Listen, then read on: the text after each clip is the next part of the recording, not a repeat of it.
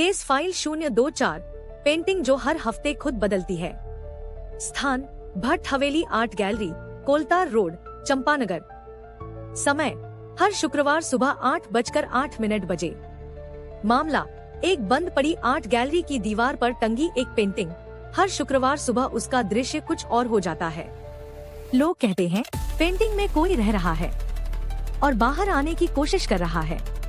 रज्जो अम्मा उस दिन हल्दी वाला दूध पी रही थी जब गैलरी की देखभाल करने वाली बिंदिया ने घबराते हुए आकर बताया, अम्मा, पेंटिंग में जो औरत पहले खिड़की के पास खड़ी थी अब वो बिस्तर पर बैठी है और मुझे लग रहा है उसने मेरी तरफ देखा।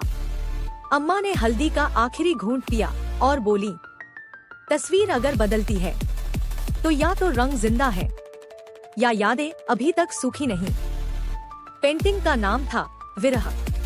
बनी थी 1933 में एक रहस्यमयी कलाकार इब नवल के हाथों। चित्र एक स्त्री पुरानी हवेली की खिड़की के पास खड़ी बाहर देखती हुई। पहली बार गैलरी खुलने के बाद 1972 में लगाई गई।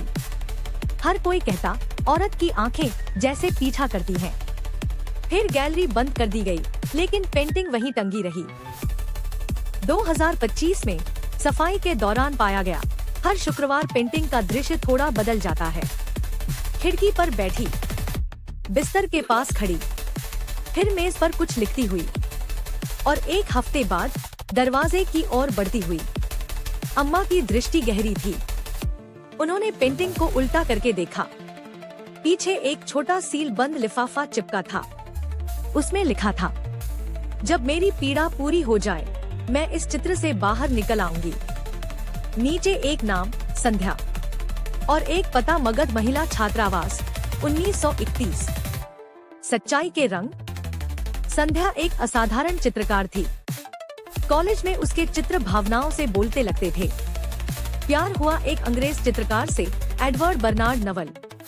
लेकिन संध्या ने आत्महत्या कर ली जब एडवर्ड वापस इंग्लैंड चला गया। मरने से पहले उसने अपनी अंतिम पेंटिंग उसी के हाथ में दी और कहा, तू चला गया पर मैं इस फ्रेम में हमेशा रहूंगी, तेरे लौटने तक। अब हर शुक्रवार को पेंटिंग में संध्या का रूप और आगे आता गया। जब दरवाजे के पास पहुंची, गैलरी का असली दरवाजा अपने आप खुल गया।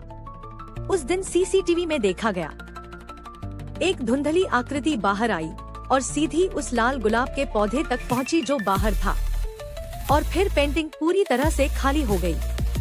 खिड़की, कमरे, बिस्तर सब वैसा ही था, पर स्त्री गायब थी।